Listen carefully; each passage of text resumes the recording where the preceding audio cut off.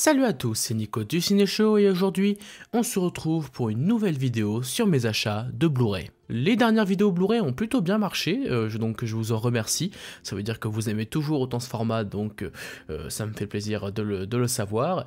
Et donc on continue, j'ai envie de dire. Aujourd'hui on a pas mal de choses, honnêtement. On a un colis entier avec 15 Blu-ray, hein, vraiment 15 Blu-ray. Vous allez voir, il y a vraiment de très bonnes choses. On a 4 jeux PS5, et oui, donc tout ce qui est gaming, ça va vous intéresser. On a deux films, enfin, un film acheté en occasion et un coffret acheté en occasion avec beaucoup de films que j'aime énormément. Et on a pour finir un steelbook Blu-ray que j'ai acheté neuf également, et c'est tout. Mais il y a déjà pas mal de choses à vous présenter, donc je vous propose qu'on perde pas plus de temps et qu'on commence tout de suite avec ce que j'ai acheté en occasion. Ce que j'ai acheté en occasion, c'est très simple, il n'y a que deux choses. On va commencer par un petit steelbook Blu-ray d'un film que j'aime beaucoup. C'est un film catastrophe qui est sorti en 2021, il me semble, 2022, je ne sais plus. Dans tous les cas, c'est un film que j'aime beaucoup. C'est le film Greenland avec Gerard Butler, qui est un film catastrophe où en gros c'est des météorites qui tombent sur la Terre et t'as une famille avec dedans Gerard Butler qui va essayer de survivre et de trouver un abri pour se protéger face à la grosse météorite qui arrive et qui va tout détruire. C'est un film qui est pas super apprécié par les gens, il y a pas mal de gens qui aiment pas trop ce film, mais j'avoue que personnellement j'aime vraiment beaucoup. Je trouve que c'est un super film catastrophe qui a déjà de bonnes scènes de film catastrophe qui sont plutôt bien réalisées, les effets spéciaux sont pas parfaits, tu sens que le budget est pas énorme, mais ça passe quand même plutôt bien, c'est plutôt bien joué. Ça prend des décisions scénaristiques qui sont un petit peu plus originales que la moyenne, donc j'ai aimé ça. C'est un petit film qui fait plutôt bien ce qu'il a à faire. C'est pas un grand film ou quoi, mais c'est un film catastrophe un peu intimiste qui m'a beaucoup plu et qui fonctionne super bien. Donc j'en ai vraiment un très bon souvenir et je suis très content de l'avoir dans une édition steelbook plutôt sympathique. Comme vous voyez ici, il y a le prix. Du coup, ça m'a coûté 5 €, ce qui est pas énorme pour un steelbook, pour un film en plus que j'avais très envie de voir, donc ça me fait très plaisir. Et le dernier film que j'ai acheté en occasion, c'est plutôt un coffret Blu-ray avec beaucoup de films à l'intérieur, puisqu'il y en a 6. Je crois que je l'ai eu pour 15 €, si je dis pas de bêtises. C'est un coffret que je suis très content d'avoir. C'est Rocky, l'anthologie, parce qu'en fait j'ai découvert la saga Rocky l'année dernière et j'ai adoré. Mais quand vraiment je vous dis j'ai adoré, j'ai trouvé que tous les films, absolument tous, étaient vraiment très bons. Il y a 2-3 que j'aime un peu moins, mais franchement c'est une saga que je trouve particulièrement bonne, avec de magnifiques messages, des films très inspirants sur le fait de continuer à se battre dans notre vie. Ça me motive presque à faire du sport et j'essaye un peu d'en faire en ce moment, donc voilà, c'est cool. Mais je veux dire, c'est un super film, enfin c'est une super saga, je veux dire, avec plein de films très bons qui m'ont beaucoup inspiré, avec notamment le 6e film Rocky Balboa qui est probablement le meilleur, je pense. C'est en tout cas celui qui m'a le plus charmé, m'a le plus marqué. C'est vraiment une magnifique saga sur la détermination, le fait de se battre encore et encore. C'est vraiment des films qui m'ont beaucoup plu pour ce que ça racontait. En plus c'est très bien joué, c'est plutôt bien réalisé. C'était vraiment l'une de mes meilleures, si ce n'est ma meilleure découverte de l'année dernière, cette saga Rocky. Creed aussi, vraiment pas mal du tout. Mais vraiment, la saga Rocky, c'est à voir absolument. Je sais que certains ont des préjugés sur cette saga, vraiment, j'insiste. Regardez la saga Rocky, c'est absolument... c'est grandiose. C'est vraiment 6 films à voir qui sont... très intéressants, très inspirants et qui m'ont beaucoup plu. Je suis très content d'acquérir ce coffret pour seulement 15 € dans mes souvenirs, donc pour 6 films ça me paraît être une très bonne affaire. On continue avec le steelbook Blu-ray que j'ai acheté neuf pour une certaine somme, on va pas se mentir, ça coûte un petit peu cher quand même pour ce que c'est, je trouve, mais j'ai craqué parce que déjà je suis un pigeon, faut avouer, et aussi parce que j'aime beaucoup la série. C'est l'intégrale de Loki, la première saison en steelbook 4K plus Blu-ray, 50 €. Je vous avoue que je trouve que c'est un peu abusé quand même. Alors heureusement j'ai de quoi me la payer, mais même avec ça je trouve que c'est un petit peu abusé pour ce que c'est. Pour moi ça vaut 35 €, 40 € max, mais 50 € pour une saison je trouve que c'est un petit peu abusé. Donc voilà, mais en tout cas le steelbook est très joli, avec du coup les 6 saisons en 4K, et puis ça me fait toujours plaisir d'avoir des séries qui normalement devaient sortir que sur des plateformes qui sortent finalement en Blu-ray, et puis c'est surtout la meilleure série du MCU, c'est vraiment une pépite. Loki c'est génial, c'est très bien réalisé, le scénario est très bien construit, ça joue très très bien. La saison 2 est presque encore meilleur, même si moins bien maîtrisé en termes de rythme, mais en termes de puissance dans certaines scènes, c'est peut-être encore mieux. Mais vraiment, Loki saison 1, c'est à voir, c'est vraiment l'un des meilleurs projets du MCU. Et vous verrez le mois prochain ou le mois d'après, mais j'ai aussi acheté, je spoil, mais j'ai aussi acheté la WandaVision, qui devrait arriver du coup bientôt, qui est la deuxième série que j'aime le plus dans le MCU, donc ça me fait très plaisir.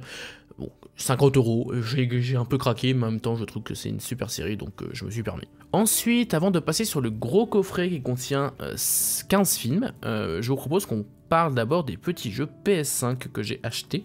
Il y en a 4 du coup. Alors d'abord j'ai acheté, j'en parlais 2 rapidement que j'ai eu en solde pour des prix vraiment très très peu chers. On a d'abord un jeu de F1, parce que j'aime bien en fait les jeux de F1, de temps en temps me faire des petites carrières joueurs, bah, ça me fait un petit peu plaisir, surtout que bah, j'aime bien cet univers. Donc j'ai pris un petit jeu de F1 2022 pour 15 €, du coup en neuf. Donc c'est histoire d'avoir un petit jeu de F1 dans la collecte parce que je n'en avais pas. Ça va me permettre de pouvoir faire quelques petites sessions, même si voilà, c'était pas un achat indispensable, mais je me suis dit autant avoir un petit jeu d'automobile dans ta collecte, ça m'évitera de racheter F1 23 ou 24 machin. J'ai déjà le 22 qui me servira je pense à un moment donné. Un autre jeu que j'ai envie de faire, même s'il n'a pas de très bonnes critiques et certains trucs m'ont un petit peu fait peur, mais j'avoue que je suis toujours un peu curieux d'essayer au moins, et au pire je le revendrai. C'est Forspoken, que j'ai eu pour 20 € en neuf. Alors je sais que les critiques sont pas bonnes et j'ai vu des images de l'intro notamment qui a l'air assez longue. Bon, donc c'est un jeu qui a l'air d'avoir pas mal de longueur, mais je sais pas, j'avais quand même envie de tester ce petit open world qui peut être sympathique si je me laisse prendre au jeu. Donc je me suis dit pour 20 €, autant essayer. C'est quand même un jeu que j'ai un petit peu envie de faire, donc voilà. Ensuite, un jeu que j'ai déjà fait mais que j'ai racheté en édition remasterisée. C'est pas n'importe quel jeu parce que à mes yeux c'est le meilleur jeu de tous les temps. Voilà, je pose ça là. En tout cas, l'un des meilleurs jeux que j'ai fait de toute ma vie avec Life is Strange, qui est mon préféré d'ailleurs, qui illustre toutes mes vidéos, parce que la musique que vous entendez en arrière-plan durant toutes mes vidéos quasiment, c'est les musiques de Life is Strange. Voilà, si vous le saviez pas, bah, vous avez appris ça. Et bien, cet autre jeu, c'est The Last of Us Partie 2. Je vous avais parlé de The Last of Us Partie 1 le mois dernier, et je me suis payé du coup pour une trentaine d'euros il me semble, ce The Last of Us Partie 2 remake, enfin remastered. De base il est à 50 €, mais comme je vous ai expliqué dans la dernière vidéo, avec Carrefour j'ai eu 10 € de réduction plus 10 €, enfin bref ça m'est revenu à peut-être 33 € ou 30, je sais plus. Bref, pas très cher au final, donc je me suis dit autant y aller parce que c'est vraiment un jeu que j'adore, c'est mon jeu préféré de tous les temps. Je trouve que c'était une histoire absolument formidable de A à Z, c'est un jeu pour moi parfait. Voilà, à part sur une ou deux longueurs par-ci par-là, je trouve que tout est parfait, que ce soit en termes de gameplay et surtout d'histoire. C'est un jeu que j'ai très envie de refaire. Je pense que je me la referai avant soit une saison 2 de The Last of Us, soit le troisième jeu qu'on suppose devrait arriver un jour. Je me les referai à ce moment-là, mais c'est vrai que c'est un jeu qui m'a beaucoup touché dans son scénar, donc j'ai très hâte de le refaire. C'est l'un des meilleurs jeux de tous les temps, si ce n'est le meilleur, donc je suis très content de l'avoir récupéré. Et enfin, le dernier jeu avant qu'on passe sur le colis de 15 Blu-ray, c'est un jeu que j'ai fini, que j'ai joué pendant presque 60 heures, à partir du moment où je l'ai eu vers mi-janvier ou un petit peu avant. Donc j'ai joué 60 heures pour vous dire à quel point j'y ai joué longtemps, je l'ai fini, pas à 100% mais j'ai fini, et c'était l'un des jeux, si ce n'est le jeu le plus difficile qu'il a fallu, que j'ai eu à faire durant ma vie. C'est on peut parler peut-être d'un chef-d'œuvre, je pense, Elden Ring, qui sont faits par From Software, qui ont fait les Dark Souls, que je ne ferai pas parce que c'est déjà des jeux très durs, mais apparemment celui-là c'est le plus facile par rapport aux Dark Souls, donc j'ose même pas imaginer comment les Dark Souls doivent être difficiles, donc je ne les ferai pas. Voilà, je le dis d'avance, mais en tout cas ce Elden Ring, sacrée aventure, 60 heures pour en voir le bout. J'ai usé de quelques petits sorts parce que sinon c'était trop dur à finir. Du coup, j'ai utilisé de quelques mécaniques du jeu pour essayer d'arriver au bout. J'ai évité de trop utiliser ça pour que ce soit trop facile non plus. Mais ouais, expérience de fou. Il y a des boss complètement dingues, à la musique iconique. Il y en a qui m'ont beaucoup fait rager. Je suis resté dessus pendant 3-4 heures, au moins sur certains. Le dernier notamment, j'ai mis beaucoup de temps avant de le vaincre, mais quand j'ai réussi, bah, c'était une immense satisfaction. Donc je suis très content d'avoir fini ce jeu. Je sais pas si je le referai un jour. Je pense que à la sortie du DLC, je vais quand même essayer de le refaire, histoire 2, mais je sais pas. Je verrai, mais en tous les cas, je suis très content d'avoir fini. Je l'ai vu pour 30 € aussi, je crois, à peu près en neuf, donc c'était plutôt cool. Et je suis très content d'avoir fini ce Elden Ring, qui est clairement un monument du jeu vidéo, l'un des meilleurs jeux auxquels j'ai joué dans ma vie, même si c'est très frustrant comme jeu, mais c'est clairement l'un des meilleurs. Petite ellipse dans le temps, j'ai changé de polo et parce que j'ai eu un petit contretemps, du coup là je reprends le tournage le lendemain et j'étais au colis qui contenait pas moins de 15 Blu-ray, donc je l'ai acheté sur le site Blue Cats Collectibles qui est un site que j'aime beaucoup. Il y a pas mal de Blu-ray, il y a un large choix et surtout pour des prix vraiment très très bons, donc je suis très content de ce site et donc des achats que j'ai pu faire. Vous allez voir, il y a du coup 15 Blu-ray pour 75 €, donc 5 € le Blu-ray. Je vous avoue que j'avais eu une petite prime ce mois-ci, donc c'est pour ça que je me suis permis de faire me faire un petit cadeau qui coûte un peu plus cher que d'habitude, mais en tout cas ça me fait bien plaisir de vous présenter tout ça. Vous allez voir, il y a beaucoup de titres très intéressants. Le premier Blu-ray de ce colis de 15 Blu-ray, c'est Vesper Chronicles, qui est un film franco-belge lituanien, il me semble que c'est exactement ça. Un petit film de science-fiction indépendant qui est donc une coproduction européenne, qui raconte une histoire post-apocalyptique autour d'une jeune fille. Il me semble que c'est une jeune fille, si je dis pas de bêtises. Exactement, c'est Vesper, donc le nom de cette jeune fille, qui va essayer de sauver son père, qui est dans un état, une sorte de coma, ou un truc comme ça un peu chelou, et qui fait qu'il peut parler que à travers une sorte de robot. Et il va croiser la route d'une femme qui va l'aider. Enfin bref, c'est assez mystérieux comme univers, vous allez découvrir ça. C'est un univers qui est très intéressant, magnifique visuellement, ça se voit qu'il n'y a pas beaucoup de budget parce qu'il y a très peu de plans qui utilisent des grands espaces ou des trucs avec des effets spéciaux vraiment impressionnants, mais c'est plutôt bien réalisé, la photographie est jolie, ça joue bien, l'histoire en elle-même est vraiment sympathique et j'ai trouvé quoi, c'était un petit film de science-fiction pas extraordinaire, mais vraiment plutôt bien fait, donc si vous avez l'occasion de le regarder, n'hésitez pas, je trouve que c'est vraiment un très bon film. Ensuite, un thriller américain, il me semble que j'ai vraiment beaucoup aimé, c'est vraiment un petit coup de cœur celui-là, c'est le film Enragé, avec Russell Crowe, et également dans le rôle principal on a Karen Pistorius, il me semble que c'est Pistorius, pardon, et ça raconte une histoire assez simple. C'est une femme qui un matin est assez énervée, elle va klaxonner un gars dans une voiture, et il se trouve que cette personne est une personne assez, on va dire, tourmentée, et qui va commencer à la traquer juste parce que il lui a mal parlé un matin. C'est en gros un psychopathe qui va commencer à traquer cette jeune femme. Du coup, le psychopathe est joué par Russell Crowe, qui est vraiment très bon. C'est pas le jeu le plus subtil, on va dire, de sa filmo, mais il a vraiment, il est plutôt efficace, c'est assez menaçant. Et ce que j'ai beaucoup aimé dans ce film, c'est qu'il ne s'arrête presque jamais. J'ai été étonné de ça. C'est que vraiment, je me suis dit, il y a toujours des péripéties, ça enchaîne entre tensions, scènes d'action, surtout que les scènes d'action de poursuite sont pas mal du tout. J'ai trouvé que ça rendait plutôt bien. Et non, franchement, c'est un super thriller. J'ai vraiment beaucoup aimé celui-là.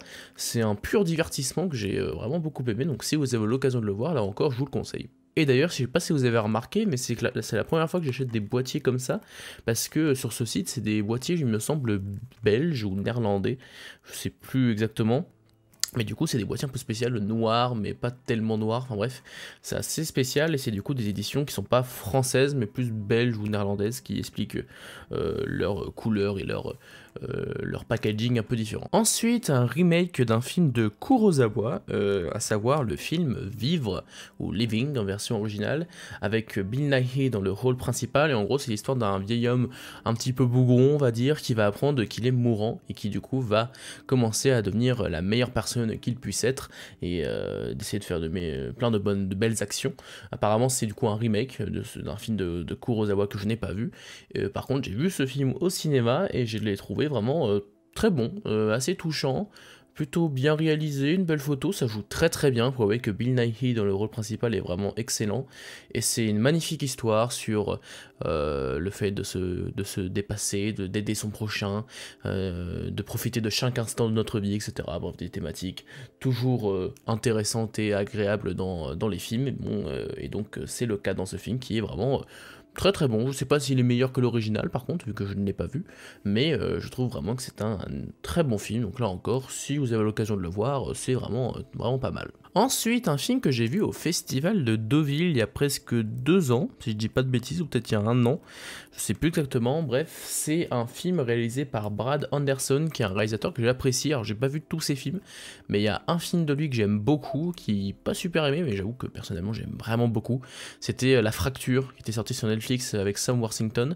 J'aime vraiment beaucoup ce film, et donc j'ai pu voir son film Blood en avant-première, il est sorti l'année dernière en VOD seulement en France, mais je l'avais pu le voir au cinéma durant le festival. C'est un film de vampire autour d'une mère qui découvre que son fils, après un accident, a acquis une sorte de virus un peu bizarre qui s'apparente du coup à un vampire. C'est pas mal, c'est pas un grand film ou quoi, j'ai pas trouvé que c'était ultra ambitieux ou ultra poussé dans son concept, ça reste très classique on va dire, mais c'est plutôt bien joué, plutôt bien réalisé, même s'il n'y a pas beaucoup, on va dire que ça reste quand même assez plan-plan de manière générale, mais c'est plutôt bien fait, l'histoire se suit avec plaisir, donc peut-être juste pas très surprenant, il va pas... c'est pas le genre de film qui va vous surprendre et qui va vous choquer, clairement ça reste assez basique, mais j'ai trouvé ça plutôt cool, donc je me suis dit pourquoi pas le prendre, surtout que bah voilà, c'est un film que j'ai vu en festival, donc c'est toujours bien de se dire, de se rappeler des souvenirs, donc j'ai décidé de le prendre. Ensuite, un film, alors je sais pas si on peut dire qu'il est culte, c'est un film avec Arnold Schwarzenegger, qu'on a l'habitude de voir dans des gros films d'action, mais en fait là c'est l'un de ces rares films justement un peu plus comédie, et qui renverse un peu l'image de l'acteur, c'est Un flic à la maternelle, avec du coup Arnold Schwarzenegger, réalisé par Ivan Reitman qui a fait notamment SOS Fantôme, et c'est sorti dans les années 90 il me semble, si je dis pas de bêtises, ouais 1990 tout pile, je l'ai pas vu, mais ça va l'air vraiment cool, ça a l'air très très drôle, les quelques images que j'ai vues ont l'air justement de profiter de l'aspect un peu comique de Schwarzy, donc moi ça me donne bien envie. Je sais pas trop ce que ça vaut au final, mais j'ai hâte de le regarder parce qu'il m'a l'air vraiment très très drôle. Ensuite, ça c'est un petit plaisir personnel parce que c'est un film, alors ça fait très longtemps, mais vraiment très longtemps que je l'ai vu, mais j'ai souvenir que c'est un film qui m'avait pas mal marqué quand j'étais jeune, sur quelques imageries, on va dire, un peu fantaisistes, c'est le film Cœur d'encre, avec Brendan Fraser, et qui raconte un truc un peu fantastique autour d'un livre, il me semble, qui change l'avenir des personnages. Enfin bref, je sais vraiment plus trop de quoi ça parle, mais je me rappelle que le film m'avait un petit peu marqué durant certaines scènes. Il me semble que le final, notamment avec cette grosse tête là qu'on voit un petit peu, il me semble que il y avait ça dans le final, et ça me dit quelque chose en tout cas. Et en plus j'aime bien Brendan Fraser, donc ça me fait plaisir d'avoir un film de plus avec lui, et je pense le revoir du coup un de ces quatre, parce que j'en ai vraiment un souvenir assez lointain, et ça, je serais assez curieux de le redécouvrir. Ensuite, on parlait de Kurosawa juste avant, bah ça tombe bien, parce que je vais vous présenter un film de Kurosawa que je n'ai pas encore vu, mais qui m'intrigue énormément. C'est un thriller apparemment assez culte, puisqu'il s'agit de Cure, du coup Kiyoshi Kurosawa, une sorte de thriller autour d'un tueur en série, il me semble. J'ai vu quelques images, notamment cette imagerie autour de cette fameuse croix sur un mur, ça m'a l'air vraiment très très bien. Dès que j'ai vu des images de ce film, ça avait l'air assez fou, très très beau et très bien joué, donc il me tarde de le découvrir celui-ci, parce que il m'a l'air vraiment d'être excellent, un excellent thriller, donc hâte de le découvrir. Ensuite, alors ça c'est un film russe de guerre que j'ai trouvé plutôt pas mal, c'est pas un chef-d'œuvre, mais c'est du coup le film T-34 Machine de guerre, c'est littéralement marqué à l'arrière au croisement de World of Tanks, de Fury et de Stalingrad, alors que World of Tanks, pour ceux qui savent pas, c'est un jeu gratuit de tank, donc ça vous prouve que voilà, l'idée c'est un peu on va dire de suivre un peu l'imagerie vidéoludique, parce que justement t'as pas mal de scènes, toutes les scènes de tanks sont filmées avec pas mal de ralentis autour des tirs de balles, etc. Donc c'est très stylisé, c'est pas très réaliste même du coup de ce point de vue là, mais le film ne cherche pas forcément à l'être, et dans mes souvenirs c'était pas trop mal, les scènes d'action étaient cool, il n'y en a pas beaucoup, mais quand il y en a ils sont plutôt cool, avec du coup ces petits slow motion qui sont plutôt jolis, les effets spéciaux sont pas parfaits, mais on va dire que ça fait le café, et il me semble que l'histoire d'elle-même est basique, mais pas très très marquante, mais dans tous les cas c'est un film que j'avais plutôt apprécié, donc je me suis dit pourquoi pas le prendre là encore, c'est une petite pépite rare on va dire, que je suis content de rajouter dans ma collection. Ensuite, un classique, on peut parler de classique même s'il est sorti assez récemment, mine de rien, enfin ça dépend de votre vision de récente, il est sorti en 2016, donc il y a presque 8 ans quand même, hein, donc ça commence à dater, hein, mine de rien.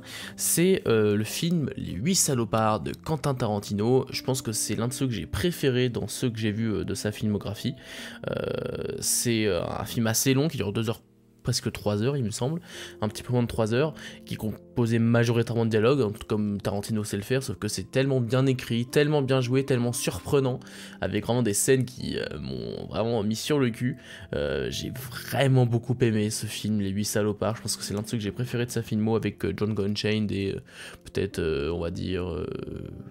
je réfléchis, je suis pas sûr qu'il y en ait beaucoup d'autres que j'ai vraiment beaucoup aimé. J'aime bien Inglourious Basterds, mais ouais, il faudrait que je vois pour le reste. Et il y en a quelques-uns qui me restent à découvrir, mais clairement celui-là c'est l'un de mes préférés de Tarantino. Donc je suis très content de le rajouter également dans la collecte. Ensuite, on parlait de films que j'avais vus au Festival de Deauville et que je voulais prendre du coup pour la symbolique, et bah là de même c'est le cas. C'est une sorte de drame thriller que j'avais vraiment pas mal aimé et qui surtout était l'un des premiers films d'un acteur qui maintenant est assez populaire. C'est le film American Animals, c'est l'un des premiers films de Barry Keoghan que vous avez vu notamment dans Les Éternels, vous avez vu dans Saltburn récemment, il est dans Masters of the Airs récemment, enfin bref, il commence à avoir une filmo assez intéressante. Il joue le Joker aussi dans The Batman. Il y a aussi Evan Peters, que vous devez connaître pour les X-Men ou dans d'autres rôles. Je crois qu'il a joué dans American Horror Story, il me semble, même si je regarde pas, mais apparemment il a joué dedans. Et voilà, c'est en gros des jeunes qui vont essayer de braquer un tableau, il me semble. Et c'était pas mal, c'était un petit thriller dramatique qui m'avait bien plu, c'était bien joué, de toute façon ce sont de très bons acteurs. Et ouais, j'en ai un bon souvenir, c'était l'un de mes premiers festivals de Deauville, donc du coup c'est pour ça que je voulais le prendre aussi, c'est que vraiment je crois que c'était l'un des tout premiers films que j'avais vu là-bas, donc c'est un film que j'aime beaucoup de ce point de vue-là, parce que je crois qu'il est sorti en 2018, si je dis pas 2019, ouais, donc c'est dans ces eaux-là. Mon premier festival c'était en 2018, premier festival de Deauville, donc voilà, je suis très content de récupérer ce American Animals de Bart Layton. Ensuite, un found footage qui est vraiment excellent et qui est assez surprenant dans le genre, assez original, c'est le film The Bay, réalisé par Barry Levinson, qui raconte l'histoire d'une maladie, d'un virus qui se développe dans une petite ville, et en fait tout le film c'est de suivre comment ce virus est arrivé, comment il se développe dans la ville à travers de multiples caméras, et vraiment c'est que des caméras soit de surveillance, de télé, de gens qui filment sur place, de caméras de policiers. En fait ça utilise tous les types de caméras existantes pour créer un film qui se veut réaliste sur le développement d'un virus dans une ville, et j'ai trouvé ça vraiment passionnant à suivre. C'est vraiment très bien réalisé, c'est bien joué, et c'est surtout assez surprenant dans son dispositif de mise en scène qui arrive à varier vraiment bien les différentes caméras pour rendre ça dynamique tout en gardant l'aspect réaliste, surtout que la tension est vraiment là, le virus, l'idée de ce virus est assez terrifiante et je vous laisserai découvrir, mais ça fonctionne du tonnerre.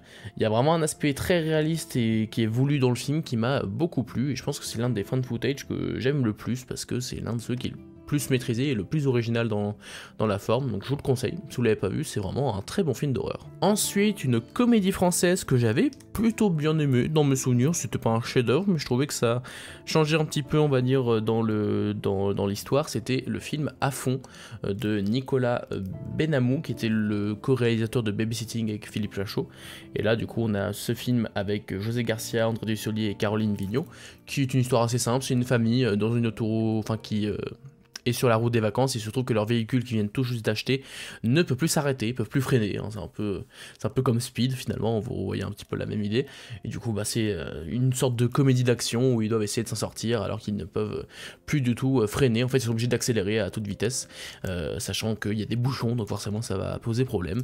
Donc j'ai aimé parce qu'il y a des côtés un peu cascades, on va dire, qui apportent un peu de dynamisme au film, il y a quelques cascades plutôt sympas, dans mes souvenirs, voilà, l'humour était marrant, même si voilà, c'est pas un chef-d'œuvre, mais j'avoue que c'est un film qui m'avait plutôt plu et je trouvais que c'était très divertissant, donc je me suis dit pourquoi pas le prendre, pourquoi pas. Ensuite, un drame que j'ai déjà vu là encore, qui est vraiment excellent, assez touchant et avec un casting vraiment aux petits oignons, c'est le film Wonder, avec notamment Julia Roberts, Owen Wilson et Jacob Tremblay. Voilà, c'est ça, c'est Jacob Tremblay, le petit garçon qui désormais doit être un peu plus âgé quand même, mais il avait fait beaucoup de films durant cette période, et ça raconte l'histoire d'un petit garçon qui est joué par Jacob Tremblay, qui a une maladie, je sais plus exactement laquelle, ils disent pas, en tout cas c'est une maladie qui fait que tu as une malformation du visage, et tu as le visage un peu, en fait on reconnaît presque pas ton visage, il y a plein de sortes de bosses ou trucs comme ça, et ça fait que du coup c'est compliqué de vivre vous vous en doutez, à l'école avec des enfants qui se moquent de toi, etc., c'est toujours compliqué. Donc c'est un très beau drame, on va dire, sur justement la tolérance, sur se battre pour combattre les différences, la haine entre les élèves, la persévérance du petit garçon qui doit essayer de continuer à vivre et à s'épanouir malgré les moqueries qu'il y a à l'école, et comment les parents vont également gérer ça. C'est très très bien joué, c'est très académique, on va être honnête, hein, la mise en scène est très académique, et voilà, ça cherche pas à faire une histoire, un film révolutionnaire dans sa mise en scène, mais il faut avouer que c'est un drame très efficace qui s'est touché, qui est vraiment très juste, donc je l'ai vraiment beaucoup aimé, ce Wonder, et je vous le conseille si vous l'avez pas encore vu, c'est vraiment un magnifique film. Ensuite, alors ça tombe bien parce que justement je voulais acheter ce film pour le regarder après avoir vu les deux films Dune de Denis Villeneuve. Maintenant que c'est chose faite, et d'ailleurs la critique de Dune 2 est sortie si ça vous intéresse, je me suis dit pourquoi pas avoir la version de David Lynch, Dune, réalisée par David Lynch, qui réunit, il me semble, du coup les deux films de Denis Villeneuve qui durent 2h40 chacun. Et ça, c'est dans les deux films en 2h10, donc autant vous dire qu'à mon avis, ça va être assez rushé. Mais je suis très curieux de découvrir cette version et de voir comment on a adapté l'univers de Dune dans cette version. Car même si ceux qui ont vu ma critique de Dune 2 savent que je ne suis pas non plus un immense fan de l'univers, ça n'empêche que je suis curieux de découvrir cette version pour voir un peu les différences, comment les personnages sont approchés différemment, comment l'histoire est racontée de façon plus courte, etc. Comment l'histoire est racontée avec les moyens de l'époque, enfin bref.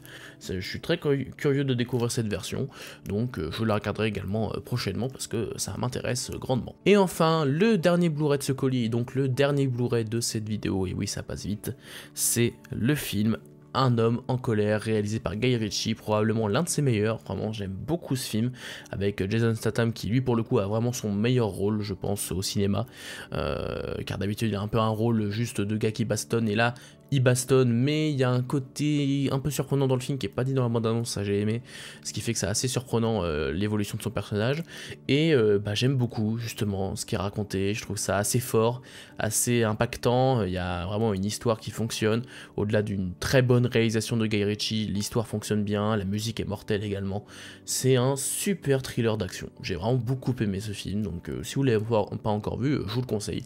C'est vraiment un super film. Voilà, c'est la fin de cette vidéo, j'espère qu'elle vous a plu. Si c'est le cas, n'hésitez pas à vous abonner, à liker et à partager la vidéo. Quant à moi, je vous dis à la prochaine pour parler de cinéma, mais en attendant, c'était Nico du Ciné Show, à bientôt.